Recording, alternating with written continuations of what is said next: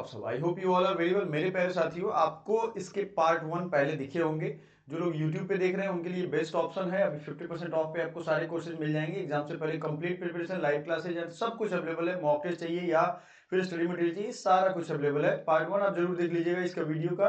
अगर आप पेड वाले में देख रहे हो तो उसमें पार्ट 1 नाम से आपको फोल्डर मिल जाएगा, और अगर आप फ्री यूट्यूब पे देख रहे हो तो प्लेलिस्ट पे आप जाकर के फॉलो करिएगा। डिस्क्रिप्शन में भी हम लिंक दे देंगे।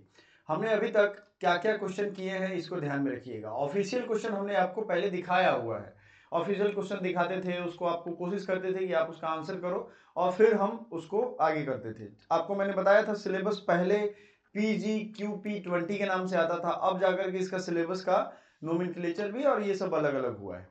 तो अब अगले क्वेश्चन जहां हमने छोड़ा था, यानी कि जहां हमने लास्ट क्वेश्चन किया था, उसके आगे बढ़ेंगे। आपको याद होगा बर्नआउट हमने किया था। बर्नआउट कब होता है? जब लगातार तनाव के कारण अत्यधिक मानसिक और शारीरिक थकान हो जाता है। लगातार किसी, जैसे युद्ध के हालत में, ऑफिस में लगातार काम हो रहा है, ये सब बर्नआउट होता है। तब जब काम हो लेकिन कोई डिफरेंट रिजल्ट नहीं दिखता। जैसे आईएएस की प्रिपरेशन लगातार किए जा रहे हैं, ठीक है ना। आईएएस में होना 1,000 लड़के का है, लेकिन उसके चक्कर में 9,90,900 लोग अपना वो खराब कर रहे हैं, है ना। तो बर्नआउट सबकी हो जाएगी, वो एकदम तय है।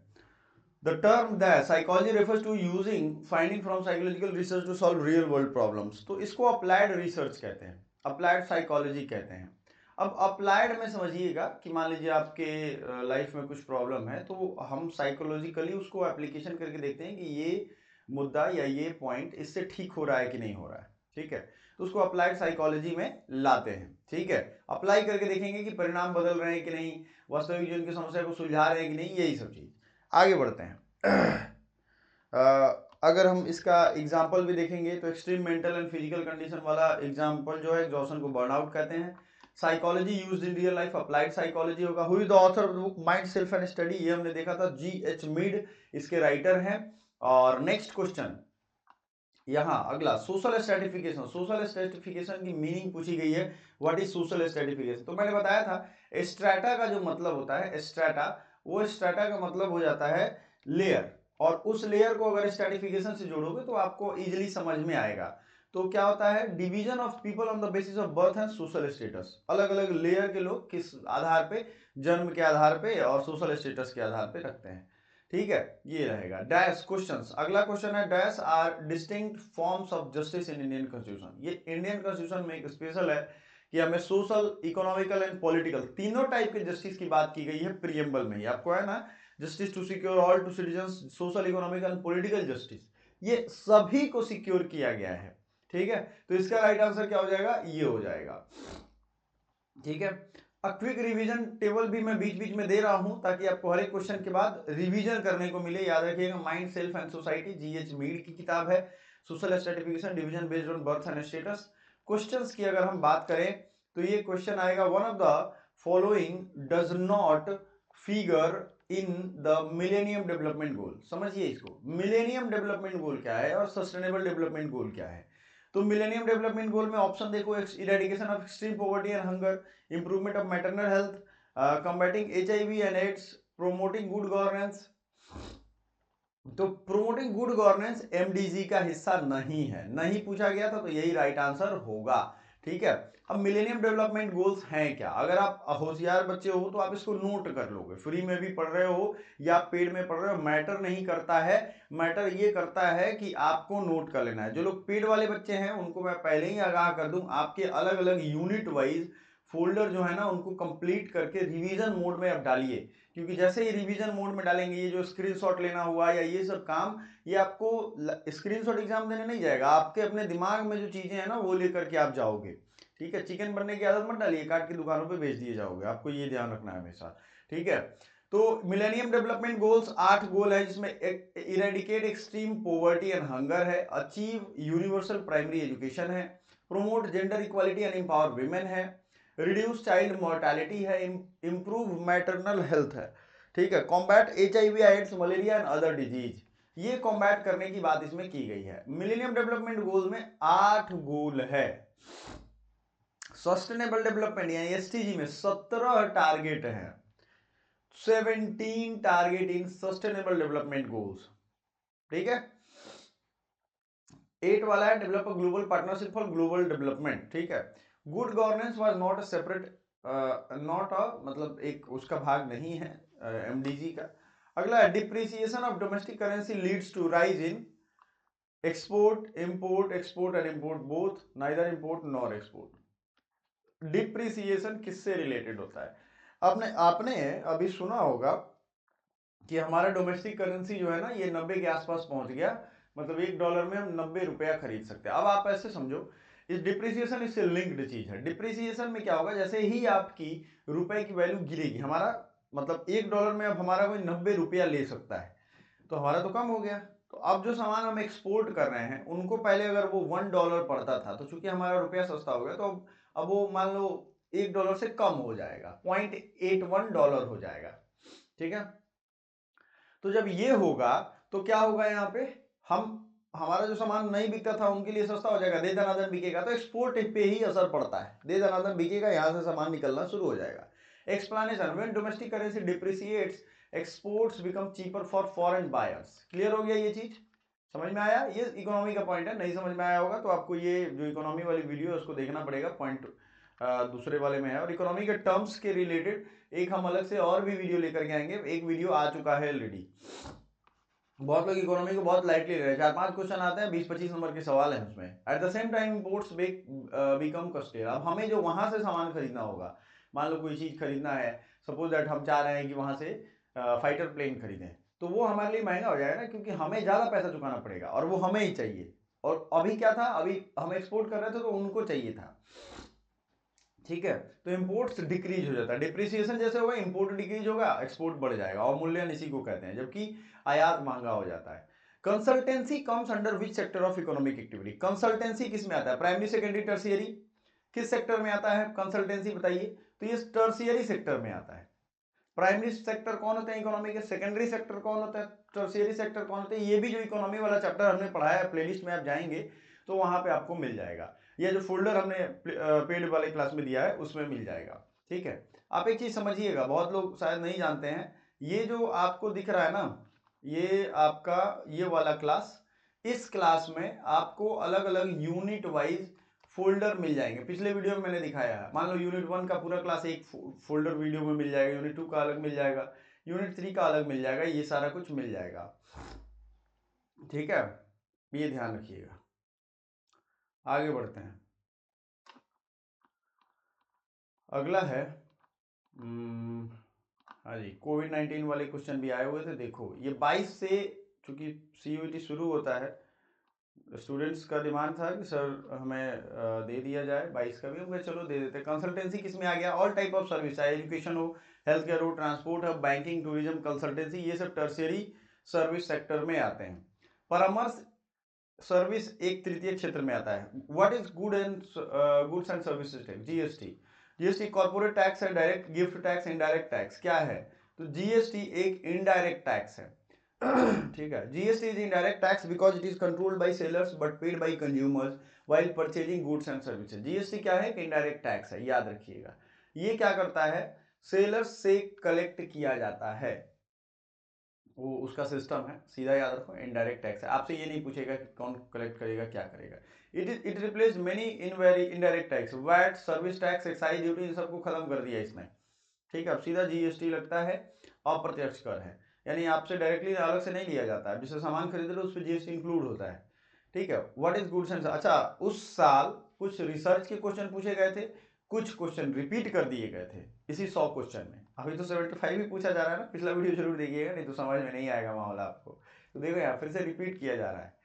Choose the correct statement with respect to norm. Norms क्या होते हैं? लाइफ में आप सोसाइटी में सोशियोलॉजी जब पढ़ोगे तो नॉर्म्स, वैल्यूज, ये सब पढ़ने हैं ना, यहां भी पूछे जा रहे हैं। नॉर्म्स मैंने पढ़ाया हुआ है आपको, यहां भी पूछे जा रहे हैं। Standards of behaviour, expectations shared by group members, समूह के सदस्यों के द्वारा साझा की गई व्यवहार संबंधी अपेक्षाओं के मानक, यही नॉर्म्स हैं।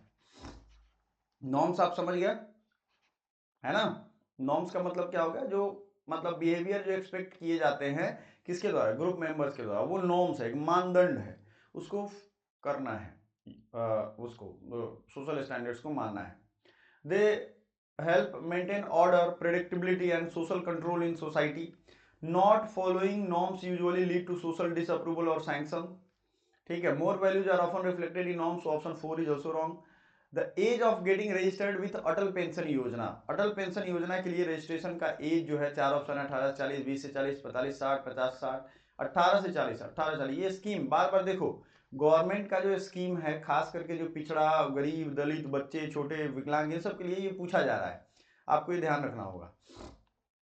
कोविड-19 पैंडेमिक इज कंसिडर्ड एज, कोविड-19 महामारी किस रूप से जानी जाती है? Chemical disaster, biological disaster. 4 option है यहाँ पे, देखो क्वेश्चन पेपर में क्या क्वेश्चन आए थे, तो बायोलॉजिकल डिजास्टर है ये, क्योंकि कोविड-19 एक रेस्पिरेटरी बेस्ड डिजीज क्रिएट करता था। कोविड आप भूले तो नहीं होगे, कोविड मुझे दोनों टर्म हुआ भी था, लेकिन मैं रिकवर कर गया, हेल्दी जीन है हमारा, तो उस वजह से ये चीजें हैं। ठीक है, बायोलॉजिकल डिजास्टर इसे कहेंगे, इसकी कैटेगरी यही रखेंगे। कोविड-19 कॉज्ड बाय अ वायरस, है ना, है कि नहीं?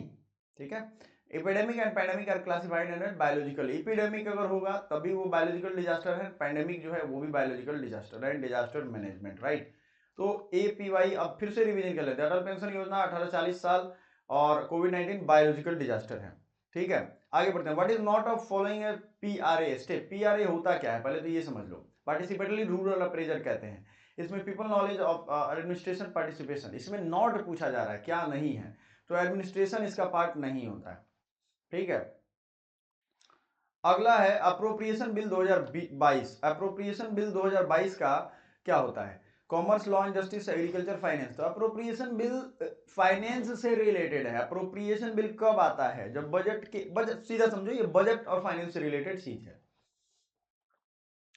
एग्जाम पॉइंट में budget, demand of grant, demand for grant, appropriation bill आएगा तभी वो पैसा निकलेगा और खर्च होगा। जब बजट होने वाला, मतलब इलेक्शन होने वाला रहता है, तो budget, sorry, demand for grants पहले पास किए जाते हैं, ताकि जितने पीरियड बच रहे हैं, मान लो इलेक्शन होने वाला है, कौन जीतेगा कौन है, उतने का खर्च हुआ, और खर्च होने के बाद अप्रोप्रिएशन बिल से वो पैसे निकलते हैं। या बजट ऐसे भी पास होता है तो अप्रोप्रिएशन बिल के बगैर 1 रुपए से पैसा नहीं निकल सकते हैं। रूटाग फुल फॉर्म क्या है? RUTAG full form. रूटाग का तात्पर्य किससे है? Rural technology action group. क्या है ये? Rural technology action group. RUTAG का फुल फॉर्म समझ गया, rural technology action group. RUTAG is initiative of IIT supported by Government of India. Its aim is to provide technological solutions for rural problems like agriculture tools, water supply, rural infrastructure. तो RUTAG का initiative था IITs के द्वारा, ठीक है ना, और ये गवर्नमेंट ऑफ इंडिया का, मतलब IIT सपोर्टेड एक प्रोग्राम था। अब वही सारी चीजें यहाँ रिवीजन के लिए हमने डाली है। फिर से अगला क्वेश्चन है, which variable is not a component of HDI? तो शिशु मृत्यु दर क्या इसका कंपोनेंट नहीं है? Life expectancy, access to knowledge, decent standard of living, उचित जीवन स्तर, ये सब यहाँ पे है। ठीक है, IMR हो गया, life expectancy, access to knowledge, clear हो गया, डिसेंट स्टैंडर्ड्स ऑफ लिविंग, ये कौन सा इसमें नहीं है? तो IMR नहीं है, इन्फेंट मोर्टेलिटी रेट नहीं है। शिशु मृत्यु दर देखो, HDI अब आगे भी अभी पूछा जा सकता है आपसे कि क्या है हमारा हेल्थ का, लाइफ मतलब लाइफ एक्सपेक्टेंसी देखते हैं, एजुकेशन एक्सेस टू नॉलेज देखते हैं, स्टैंडर्ड्स ऑफ लिविंग देखते हैं, IMR नहीं होता इसमें। अगला क्वेश्चन यहाँ है, देख लीजिए, स्क्रीन पे वीडियो पॉज करिए, जल्दी से करिएगा। 2 स्टेटमेंट दिए गए हैं यहाँ जन शिक्षण संस्थान के द्वारा, इन दोनों स्टेटमेंट को ध्यान से पढ़िएगा। Jan Shikshan Sansthan provides vocational training courses to marginalise for their empowerment, inclusion of SC/ST emphasise as beneficiary Jan Shikshan Sansthan due to their disadvantage position. तो ये जो है दोनों स्टेटमेंट करेक्ट हैं। ठीक है, इसमें फोकस किस पे किया गया था? Women, SC/ST, minority, marginalised and neo literate adults, इनके बीच में। ठीक है, ये सब चलेगा। देखो, हमारा दुनिया का एक पहला देश है, जैसे दुनिया में आप जाओगे अलग अलग देशों में, तो वो लोग कहते हैं कि नहीं हम आगे हैं, वो हमसे पिछड़ा है। हमारा देश में हमारे एक मास लेवल की जनसंख्या, या इन सिस्टम का दोष, नेताओं का दोष, जिसका भी कहो, वो ये बात साबित करने में लग रहते हैं कि नहीं हम पिछड़े हैं, हमको ये दो, हमारे पास ये नहीं, हम पिछड़े हैं, हम पिछड़े हैं, ऐसा कहते हैं लोग। बाकी देशों में है कि हम बहुत आगे हैं, we are so classified person, we are so empowered person, हमें कोई उल्लू नहीं बना सकता। लेकिन हमारे देश में ये चीज नहीं है, हम लोग अभी भी लगे हुए हैं अपने आप को पीछे साबित करने में कि हमको ये दे दो, हम अभी बहुत पीछे हैं। ठीक है, ये चीजें चल रही हैं। रियल सेल्फ और सेल्फ के बारे में अभी तक आपने क्वेश्चन देख लिया होगा। Real self is one's actual perception of characteristics, traits, abilities that form the basis of a striving for self-actualization. The ideal self is perception of what one should or would like to be. ये हमने पढ़ाया हुआ है, ये अगर आप self का concept देखोगे उसमें ये पढ़ाया हुआ था। रियल सेल्फ क्या होता है, रियल सेल्फ और आइडियल सेल्फ, इन दोनों चीजों को हमने पढ़ाया था। When the real self and ideal self are very close और similar, people feel competent and capable. बिल्कुल ये भी सही है। Mismatch between real and ideal causes anxiety. बिल्कुल, मान लो आपको बनना है प्रधानमंत्री, और आप क्या कर रहे हो, अभी प्रधानमंत्री आपको बनना है और आप अभी कर रहे हो, मान लेते हैं कुछ गड़बड़ काम कर रहे हो, इलीगल काम कर रहे हो, तो मजबूरी में, लेकिन या कुछ ऐसा काम कर रहे हो जैसे ये कह लेते हैं कि छोटा मोटा काम कर रहे हो, कोई जॉब हो, तो अब आप सोच रहे हो कि यार मैं तो पढ़ाई लिखाई कर रहा था, मैं DU में पढ़ रहा था, मुझे काम करना पड़ रहा है, घर पे से कुछ मजबूरी हो गई, तो एंजाइटी होती है कि यार क्या कर रहा हूँ, ये चीज़ है। ये बात दोनों में तो सही है, ठीक है, दोनों स्टेटमेंट करेक्ट है। एक्सप्लेनेशन, इसलिए मैंने कहा था कि रीडिंग कैपेसिटी अपनी डेवलप करिए। These statements are based on Carl Rogers self theory, humanistic psychology, ideal self, congruence, closeness, incongruence, gap भी होता है कई बार। गैप जब भी होगा तो एंजाइटी होगा, डिससेटिस्फैक्शन होगा, न्यूरोसिस होगा, और क्लोजनेस अगर होगा तो real self and ideal self एक होगा, मेंटल हेल्थ, कॉन्फिडेंस, ये सब एक होगा। इसलिए दोनों कथन पूरी तरह सही है। Given below are two statements about social value and socialisation. तो ये हो जाएगा social values are cultural standards that indicate the general good deemed desirable for organized social life.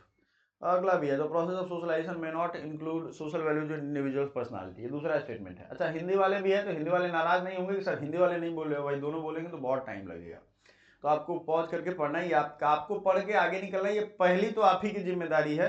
उसके बाद कोई टीचर पढ़ाएगा, कोई भी प्रोफेसर या कुछ आपको पढ़ाएंगे, आपने मन बनाया होगा तभी पढ़ोगे, तो पहला टारगेट वही रखो कि वीडियो पॉज है, पढ़ो।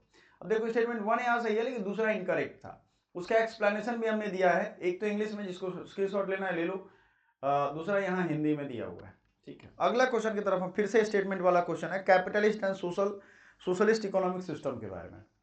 तो स्टेटमेंट 1 कह रहा है, primary characteristics of capitalist economic system is the belief in private enterprise and virtues the market economy. Pure capitalist system believes in maximum of government interference over the economic system. Capitalist क्या government interference maximise करने को सोचता है? बिल्कुल नहीं होगा, ये बिल्कुल भी नहीं होगा, ठीक है। पहला वाला स्टेटमेंट यहाँ सही है। Statement 2, socialist economic system centralised planning where all important decisions, production, investment taken central authority, control by government. Socialist क्या ऐसा सोचता है? तो पहला तो इनकरेक्ट है, दूसरा करेक्ट है। दूसरा हम मान सकते हैं, जैसे 5 ईयर प्लान, ये सब सोशलिस्ट मेजर्स के थे, ठीक है। ये चीजें यहाँ आपको दिखेगी। प्राइवेट, और देखो प्राइवेट मतलब कैपिटलिस्ट, ये उसको बढ़ावा देंगे। सोशलिस्ट जब भी होगा तो गवर्नमेंट अपना कंट्रोल रखती है, और वो तभी करेगी जब गवर्नमेंट सेंट्रली प्लान करे, ठीक है। अगला, given below are two statements, political parties play an important role in democracy, parties play a decisive role in making laws for the country. का देश के कानून बनाने में राजनीतिक दल की बिल्कुल भूमिका तो होती ही है, भले वो कैसा कानून बनाए वो जाने, लेकिन वो रहता तो है ना, ये चीजें हैं। अगला है, democracy works through political parties, बिल्कुल सही है, ठीक है ना। स्टेटमेंट 1 और स्टेटमेंट 2 दोनों सही है। इस पॉलिटिकल पार्टी लेजिस्लेचर में जाते हैं, लेजिस्लेचर में जाकर के वो जो पॉलिटिकल पार्टी है उसके आइडियोलॉजी को फैलाते हैं, वहाँ बिल पास कराएंगे, ये कराएंगे, गवर्नमेंट की पॉलिसी को बनाएंगे, ये सब चीजें हैं। अगला क्वेश्चन फिर से एक है, देखिएगा यहाँ पे क्वेश्चन कह रहा है, क्वेश्चन ये कह रहा है कि legislative measures alone can reduce the incidence of crime. Yes, hello, okay okay, रख दो, उसमें आता है, ठीक है। तो ये लेजिस्लेटिव मेजर्स जो हैं, effective implementation of legislative does not require social support, तो ये तो ऊपर वाला ट्रू हो जाएगा असर्शन, रीजन गलत हो जाएगा, क्योंकि नॉट कह रहा है। सोशल सपोर्ट नहीं होगा तो कोई क्राइम दूसरा नहीं रुकेगा, याद रखो, कोई भी बिल पास कर दो, सोशल सपोर्ट नहीं हो तो वो काम ही नहीं कर सकता है। इतनी तो समझ आपको हो गई हो। मान लो कोई बिल पास किया जा रहा है कि इंटरनेट 4 घंटा बंद रहेगा, और जनता चाह देगी 1 मिनट बंद नहीं रहेगा, मजाल है सरकार बंद कर ले, पॉसिबल ही नहीं है।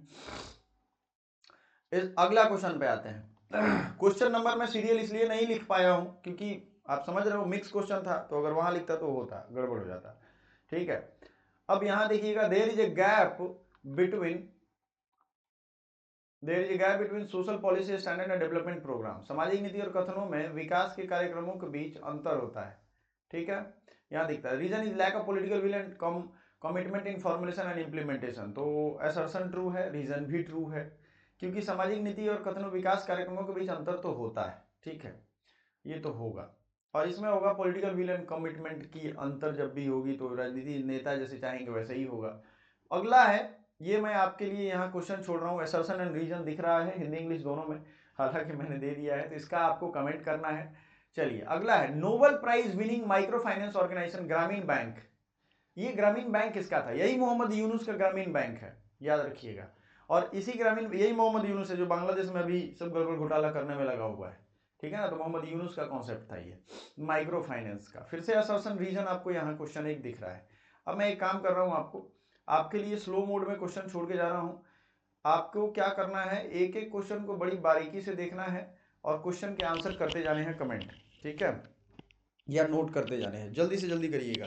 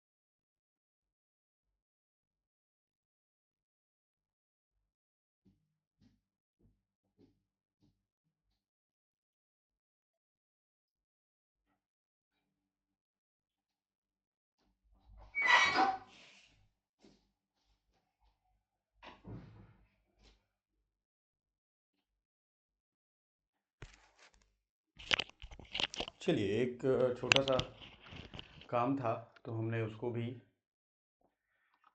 ओके, आइए हम लोग कहाँ छोड़ के गए थे बताइएगा। बहुत सारे क्वेश्चन आपने किए अभी। ग्रामीण बैंक, मोहम्मद यूनिस यही पढ़ रहे थे ना। ग्रामीण बैंक का कॉन्सेप्ट क्या था? माइक्रो फाइनेंस था, मतलब छोटे छोटे फाइनेंस जुटाओ, उनको इकट्ठा करो, इकट्ठा करके और उसी को एज अ लोन के रूप में फिर से दो, सरकार से सपोर्ट लेकर के, वही माइक्रो फाइनेंस है। आजकल के गाँव में जाओगे तो आप छोटा छोटा किस्त चल रहा है, मतलब आपको कोई काम करना है वो पैसा दे देंगे, उसका किस्त आप 200-400 रुपये हर सप्ताह चुकाइए, इस तरीके से। तो ये सब है। Positive work motivates weaker section to take part in decision making. ठीक है, पॉजिटिव वर्क अगर होगा और women need positive action if they have to participate in decision making, तो दोनों सही है। मान लो पॉजिटिव कोई काम कर रहे हो तो उसमें तो भाई आप समझो कि जो कमजोर वर्ग होंगे उनके उनको प्रेरित तो करेगा ही। बहुत सारे स्कीम्स जो होते हैं उसका बेस तो यही होता है ना। यदि महिलाओं को निर्णय लेने में भागीदारी करनी है तो उन्हें सकारात्मक कार्यों की आवश्यकता होती है। बिल्कुल सही। Women's participation in natural resource management is essential for its success. Awareness and empowerment of women enhance participation. बिल्कुल दोनों सही है। नेचुरल रिसोर्स मैनेजमेंट, मान लो कि कोई भी नेचुरली, जैसे अगर हम देखें फॉरेस्ट कंजर्वेशन में भी इसका बहुत बड़ा रोल है। ठीक है, और महिला अगर इंपावर होगी, उनको जानकारी देंगे तो वो बचाएगी। कई सारे नर्मदा बचाओ आंदोलन हो गए, इसमें महिलाओं का बहुत बड़ा रोल रहा है। ठीक है, जैसे फॉरेस्ट के रिसोर्स हो गया, भूमि एक लैंड एक रिसोर्स हो गया, एयर रिसोर्स हो गया। अगर इसको हम अपना हिस्सा बना दें, जैसे हवा आज पॉल्यूटेड क्यों है? क्योंकि इसको हम अपने जीवन का हिस्सा ही नहीं मानते हैं। हमको लगता है अरे हवा मेरी जिम्मेदारी थोड़ी है साफ करना। अगर आपको ये कहा जाए कि आपका बेटा स्कूल में पढ़ रहा है, अगर वो किसी तरीके से पॉल्यूटेंट एक्टिविटी कर रहा है तो उसके 100 नंबर काट लिए जाएंगे। मजाल है कि वो बच्चा प्लास्टिक जलाएगा कहीं। ये चीजें हैं, जब हम उसको अपनी जिंदगी का हिस्सा मानेंगे तभी वो होगा। Joint family system is most suitable for families engaged in agriculture. और दूसरा है reason, with the establishment of new factories in urban area, workers from village move to cities with disintegrates the joint family. देखो ये बात एक तरीके से सही भी है। ज्वाइंट फैमिली रहती थी तो 5 बेटे हैं, मान लो उनकी बहुएं हैं, वो लोग काम करके खाना वाना बनाती थी, वो लोग जाते थे और अपना काम करते थे, खेतों में काम करते थे। समझ में आ गया? अब जैसे ही अर्बन फैक्ट्री हुआ तो कुछ लोग अलग रहने लगे, शहर में बढ़ने लगे, और खेतों से उतने पैसा आता नहीं था, बस जीने खाने का जुगाड़ हो पाता था। लेकिन पैसे जब आने लगे, कब? जब फैक्ट्री में लोग काम करने लगे तो ज्वाइंट फैमिली टूटने लगा। ये एक बड़ा कारण है, क्योंकि सबको अलग अलग रह के काम करना है ना, और जो अलग पैसा कमाएगा वो अलग चमकाएगा भी, और चमकाएगा तो क्या होगा आप समझ ही रहे हो, है ना। ये चीज है। आगे बढ़ते हैं। Cancer is non infectious disease. Cancer एक गैर संक्रामक रोग है। ट्रू। रीजन क्या है? Cancer impairs normal body function for a few days. Cancer कुछ दिनों के लिए शरीर के सामान्य कार्यों को प्रभावित करता है। बिल्कुल ये गलत है। कुछ दिनों के लिए नहीं, कैंसर सेल्स का अनियंत्रित ग्रोथ होता है। दूसरा गलत है। तो अब इस हिसाब से ऑप्शन जो होंगे A:2 आर इन सही, तो यही होगा गलत। ऑप्शन 3 सही होगा। अगला है the resources on which mankind is dependent are provided by various sources called spheres. तो which of these are essential spheres? Sphere याद रखना, solar sphere, atom sphere, biosphere, lithosphere, इतने सारे ऑप्शन है। हमारे लिए कौन कौन जरूरी है यही पूछा जा रहा है ABCD ऑप्शन में। तो हमारे लिए लिथो यानी जिसपे लैंड मिनरल सॉयल है, हाइड्रो यानी वाटर रिसोर्सेज है, बायोस्फीयर यानी प्लांट एनिमल लाइफ सपोर्ट है, ये सब है। ये तीनों यहाँ पे इकट्ठा है, A, B and E only. ठीक है, ये तीनों हमारे संसाधन है, याद रखिएगा। इससे ज्यादा हमें जरूरत नहीं है। अगला क्वेश्चन करिए, who among the following are the formal means of social control. Social control के कौन कौन से फॉर्मल मीन है? क्या एजुकेशन है, पुलिस है, लॉ, आइडियोलॉजी है, इनमें से कौन कौन है? तो करेक्ट आंसर होगा A, B, D। और एक तरीके से यही तीन होगा। आइडियोलॉजी तो यूज करोगे तब ना, पढ़ोगे तब तो। ठीक है, स्कूलिंग तो होता है भाई, स्कूल हमें बहुत कुछ सिखा देता है। ठीक है, ये याद रखिएगा। ways to use biomass mass as energy, 3 different ways to achieve use biomass। अब क्या क्या है भाई? burn to produce heat and electricity, change to gas like fuel, change to liquid like biofuel। तो CDE ऑप्शन होगा, ये आप सीधा रट लो। बायोमास एनर्जी को जलाने से होता है, बायोगैस में कन्वर्ट करने से होता है। बायोफ्यूल इथेनॉल या बायोडीजल बना के, इथेनॉल आपको मालूम है, मेथेनॉल इथेनॉल ये मिला करके पेट्रोल में जो बेच रही है सरकार, इंजन कितने खराब हो रहे हैं। अब फैक्टर्स ऑफ प्रोडक्शन, आप याद करो फैक्टर्स ऑफ प्रोडक्शन हमने इकोनॉमी में पढ़ाया हुआ है, ठीक है ना, हमने लेक्चर्स पूरे ही कंप्लीट किए हुए हैं। इसमें क्या क्या, लैंड लेबर कैपिटल, सीधा मैं याद करवाता था इसमें, लैंड लेबर कैपिटल, ये तो एकदम याद ही करो, और एंटरप्राइज आखिरी में आएगा, लैंड लेबर कैपिटल एंटरप्राइज, यानी उद्यमिता, कार्य करने की कुशलता होगी तभी तो। मार्केट फैक्टर ऑफ प्रोडक्शन का नहीं है, मार्केट प्रोडक्शन के बाद का एक सेगमेंट है, ठीक है। Globalisation for small producers and workers, ये क्या करता है, तो अब इस ऑप्शन को पढ़िए जरा, बी सी एन ई ही लागू होगा यहाँ के, ग्लोबलाइजेशन लीड्स टू, यही होगा। अब इसके क्वेश्चंस आपको देखने पड़े, right to information means, right to information का क्या होगा, एक्चुअली क्वेश्चन आपको दिखाना पड़ेगा। आई होप ये चूंकि बहुत तेजी से सिर्फ आंसर सीट है ये, मैं ये ले लो, आपके क्वेश्चन फिर से मैंने ओपन कर दिया, नहीं नहीं ये नहीं है,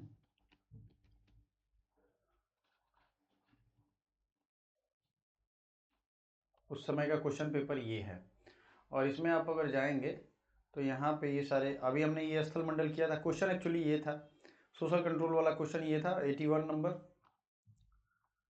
फिर ये है 82, ठीक है, क्वेश्चन नंबर 83, वीडियो को पॉज करिए, आराम से आंसर करिए, देखिए कितना टफ है ये, यूजीसी नेट लेवल के क्वेश्चन है। ग्लोबलाइजेशन वाला क्वेश्चन ये है, ध्यान से समझिएगा, अगर इंग्लिश वाले हो तो ये है ऑप्शंस, और हिंदी वाले वीडियो को पॉज करके, ऐसे नहीं जल्दी जल्दी नहीं,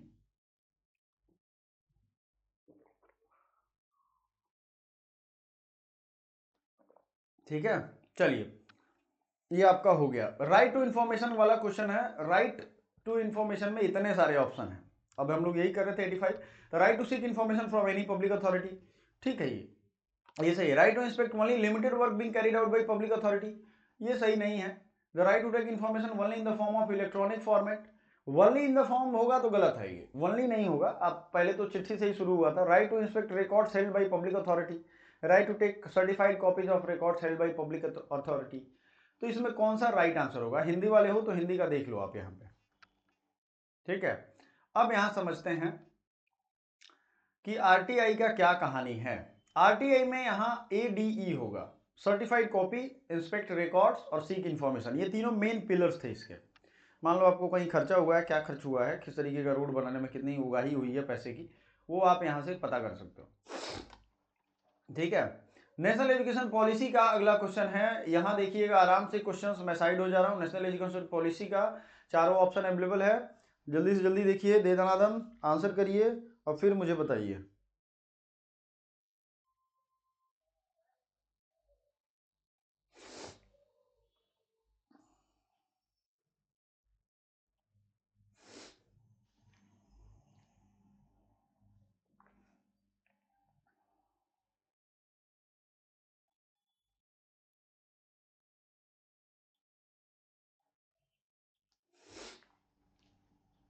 ठीक है, देख लिया आपने, आगे बढ़ते हैं। नेशनल एजुकेशन पॉलिसी के हायर एजुकेशन इंस्टीट्यूशन से रिलेटेड कुछ क्वेश्चंस हैं, जो स्टेटमेंट है पढ़िए आराम से, तभी जाकर के होगा। अब इसमें स्टेटमेंट के एनालिसिस जब हम करेंगे तो multi disciplinary under graduate education वाला कॉन्सेप्ट इसमें था, फ्लेक्सिबल था, मल्टी डिसिप्लिनरी, इधर से उधर आप चेंज कर सकते हो सब्जेक्ट, ठीक है ना, और revamping curriculum, pedagogy and assessment and student support, ये भी जरूरी था।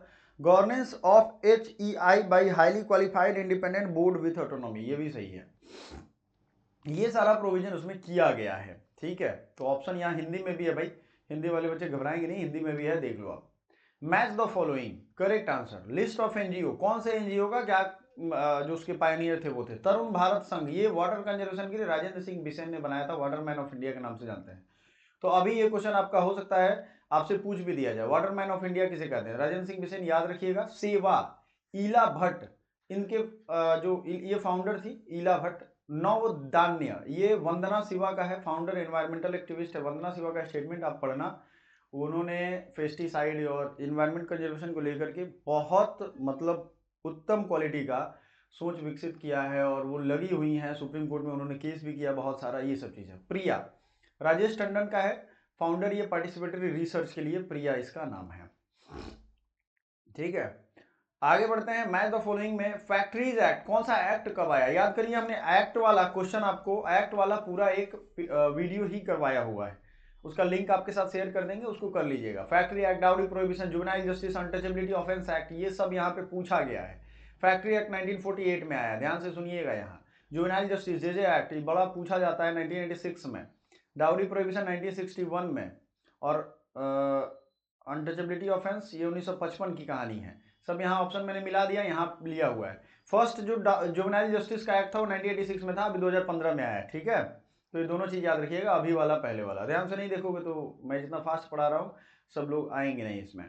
अगला है 9th schedule 10th 11th 12th, इसमें लिस्ट को मैच करना है। 9th 10th 11th 12th constitution के शेड्यूल मैंने पढ़ाए हैं, ठीक है ना। कॉन्स्टिट्यूशन के शेड्यूल हमने पढ़ाए हुए हैं, इसमें आप देख लो, ठीक है।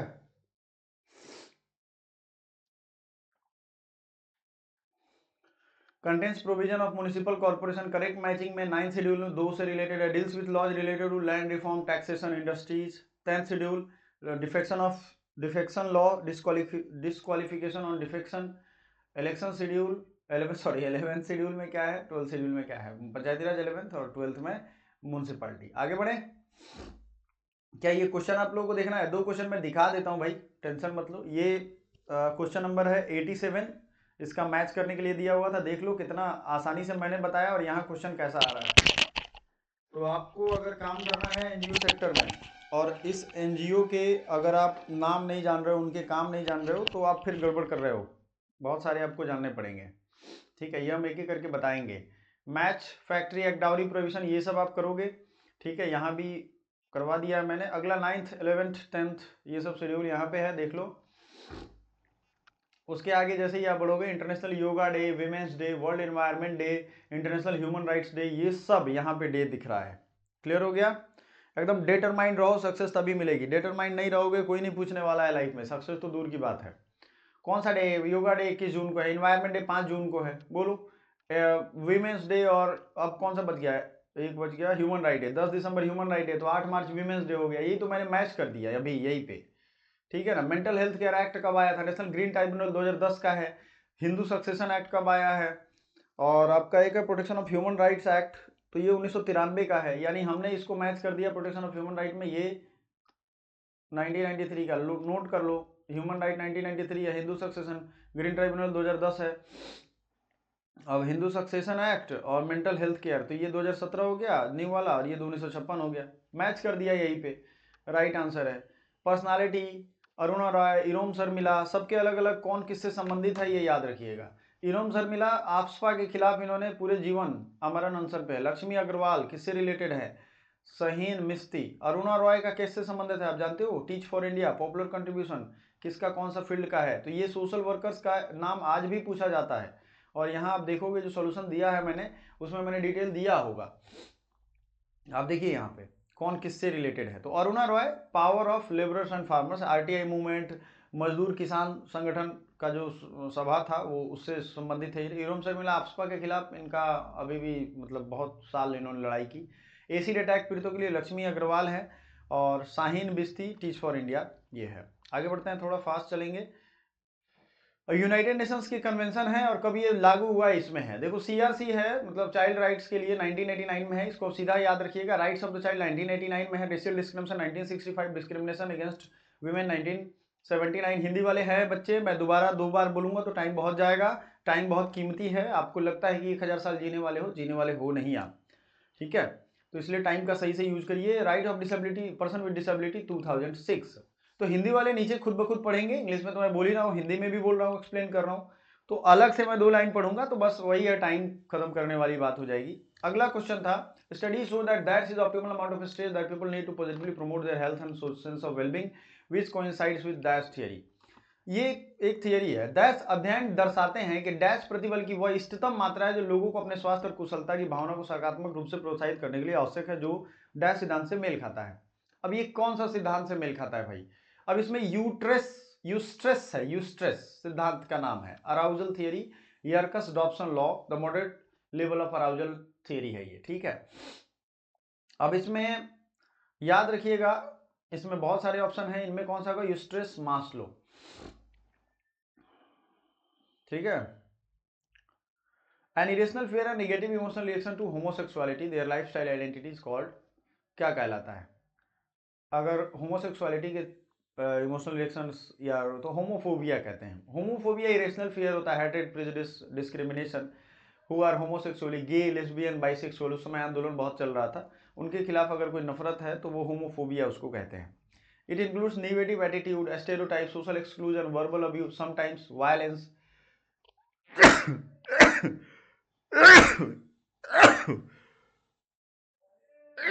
समझ में आया? ये चीजें हैं। The term covers reactions not only in sexual orientation but also to identify expression and lifestyle. Why other options are incorrect? Homosexophobia is not a standard or widely accepted or sociological psychological term. Homophobia is correct and accepted term, ये याद रखिएगा, ठीक है। Homophobia is correct answer. Bharat का सबसे छोटा उत्तर पूर्वी राज्य कौन सा है? तो ये मणिपुर है या मिजोरम है, त्रिपुरा है या मेघालय? तो त्रिपुरा इज स्मॉलेस्ट, इन सब में त्रिपुरा सबसे छोटा है। इसका राजधानी अगरतला है। पंचायती राज institutions have brought one of the following. बड़ा अच्छा क्वेश्चन है ये पंचायती राज इंस्टीट्यूशंस वाला। ये डीप नहीं पढ़ोगे तो आपका ये निकलेगा भी नहीं।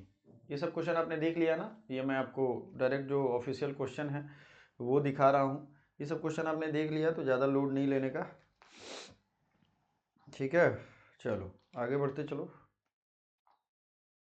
आपको इरेशनल फियर वाला क्वेश्चन भी हो गया, पंचायती राज वाला क्वेश्चन अभी देखना था। ये देखिए पंचायती राज वाला क्वेश्चन ये है, ठीक है। कर रहे हो आप? पंचायती राज क्या क्या किया? इरेडिकेशन ऑफ अनटचेबिलिटी किया पंचायती राज ने। बताइए क्या क्या पंचायत लगाया गया है अभी तक, है ना। हिंदी वाले हो तो हिंदी वाला देख लो, आराम से वीडियो पॉज करो। पेशेंस रखोगे जिंदगी में सब चीज़ समझ में आएगा। पेशेंस नहीं रखोगे ना तुम्हें समझ में आएगा ना दूसरे को समझने दोगे, डिस्टर्ब ही करोगे, है ना। ये याद रखना। तो कुछ तो शिक्षा का प्रसार और शिक्षितता, गांव में शासन, कमजोर वर्गों का औपचारिक प्रतिनिधित्व, कमजोर वर्गों को भूमि का स्वामित्व, ये सब चीज है। Option 3 is the right answer. Detailed explanation देखोगे आप ऑप्शन 3 में। 73rd constitutional amendment act 1992 give constitutional status to panchayati Raj institutions. Schedule caste, schedule tribe, women को जो है 33% रिजर्वेशन और कुछ स्टेट में 50% है, जैसे बिहार में ही। तो ये चीज़ तो इसने किया है, ठीक है। बाकी जो चीज़ें की हैं वो यहाँ ऑप्शन 2, 3 सब आपको दिख रहा है। स्प्रेड ऑफ एजुकेशन बिल्कुल नहीं है, एजुकेशन का इनका कोई रोल नहीं रहा है। इरेडिकेशन ऑफ अनटचेबिलिटी ये संविधान में ही वर्णन है, पंचायती राज का कोई रोल नहीं रहा है। Ownership land to weaker section, इसमें भी स्टेट गवर्नमेंट्स और सेंट्रल गवर्नमेंट का रोल है, इनका कोई रोल नहीं है। What are agencies of socialisation? परिवार, विद्यालय, धर्म, मित्र, समूह, मीडिया, क्या है? यही करना है, ठीक है। क्वेश्चंस आपने देखे हुए हैं। सोशलाइजेशन ये मैंने पहले भी इसमें पढ़ाया हुआ, इसी चैप्टर की बात है, ये मैंने बताया हुआ था। सोशलाइजेशन कहाँ से होगा? स्कूल से हो सकता है क्या? सिनेमा हॉल से होगा सोशलाइजेशन? सिनेमा हॉल रोज थोड़ी जाते हो आप, सिनेमा हॉल नहीं जाते हो। रिलीजन हो सकता है, स्कूल हो सकता है, ठीक है। यही आंसर होगा। आगे बढ़ते हैं। मस्त अब हमारा खत्म होने वाला है, तो अपने लिए ताली जरूर बजाइएगा एक बार, आपने वो बहुत बड़ा काम कर लिया है। ऑप्शन यहाँ देख लो हिंदी वाले। अगला आ जाओ, बायो मैग्निफिकेशन। जब आप फर्टिलाइजर या कोई गलत चीज़ डालते हो पानी में तो मैग्नीफाई होता है, इसका प्रोसेस क्या होता है?